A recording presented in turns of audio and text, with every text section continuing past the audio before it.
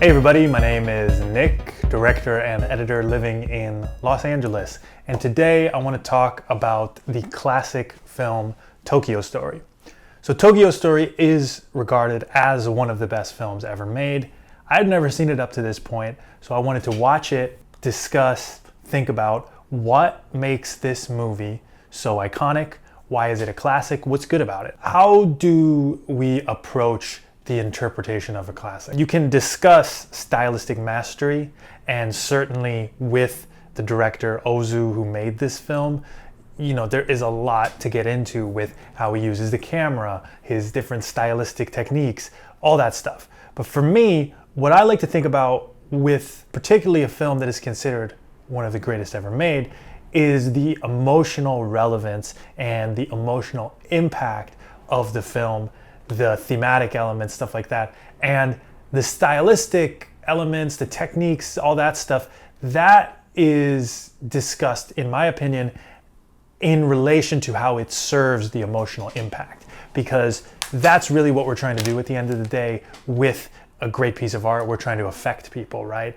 So you can have a technically perfect film, but if it's not affecting anybody, then is it really successful? What struck me about it that I found so impressive is that in a way it's very small in scope. It centers around a particular family in a short period of time, and yet it's extremely grand in scope. The themes that it covers and the things that it makes you think about encompasses the entirety of human existence and what it means to be alive and life and death and all of these amazing things. And you really get to thinking about your own life, your own experiences. So in that way, thematically, it's extremely grand.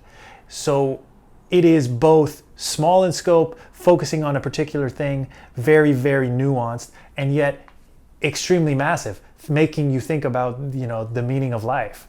And that, to me, is the most impressive achievement of this film, Tokyo Story. And it's the reason that I think people call it one of the greatest films of all time.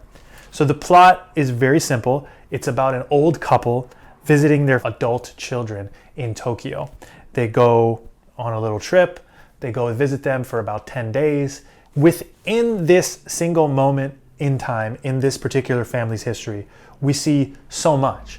And what's really amazing about it is that we see so much in a very restrained way. The performances are restrained, the drama and the plot points that occur are restrained. Nothing really extraordinary happens in this film until maybe the end, but we get a real sense of some very deep emotions that are layered under the surface of all of these people.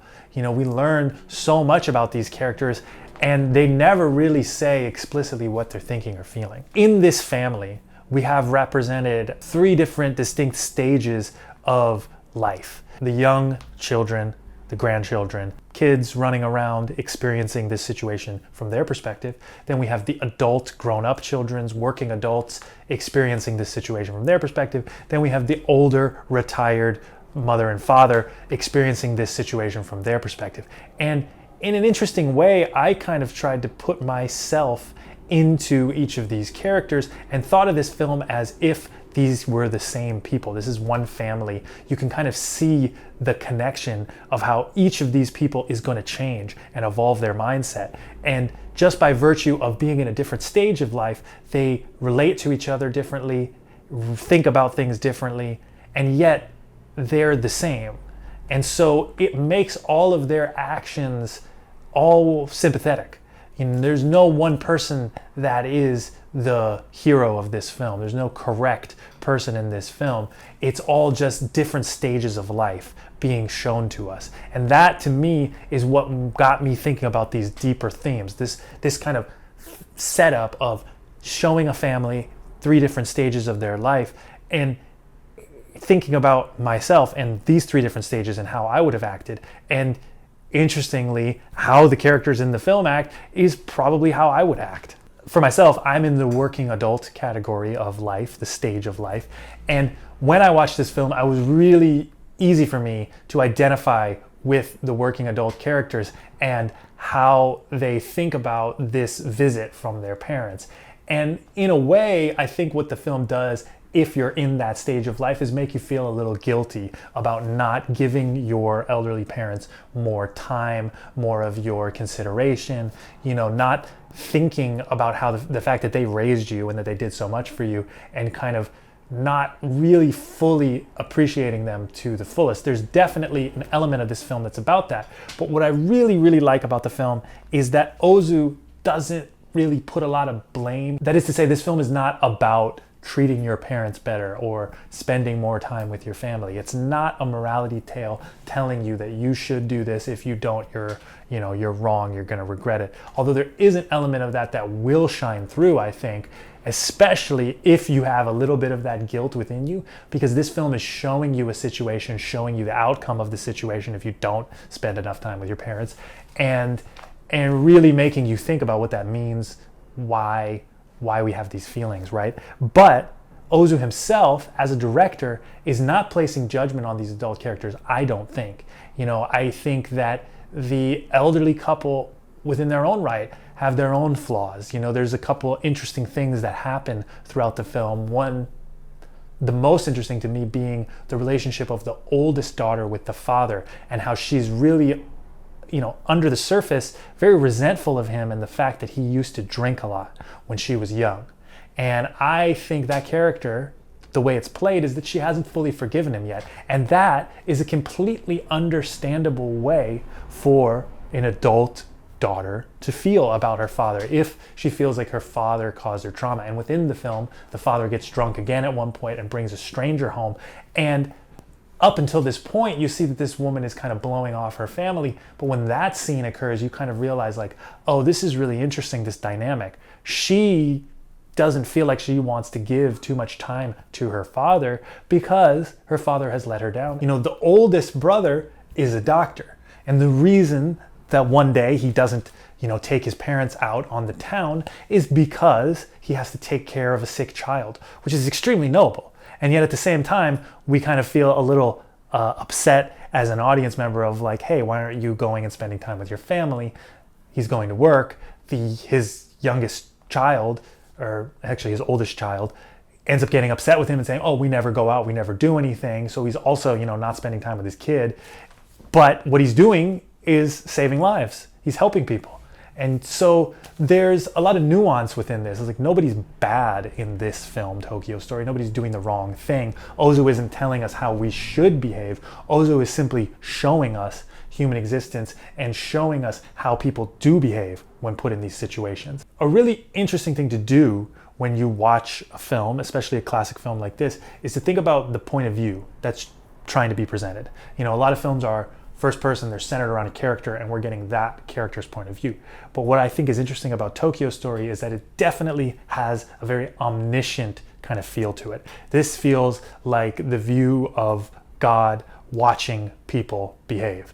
There's no judgment placed on them. We just see what they do and see their situation pan out. This is mirrored in the stylistic techniques that Ozu uses, which is he is showing us wide shots. We see everything. He's not cutting in very often to close-ups to show us a particular thing. He's not directing our attention. He's allowing us to see a whole scene, make up our mind about what we're viewing,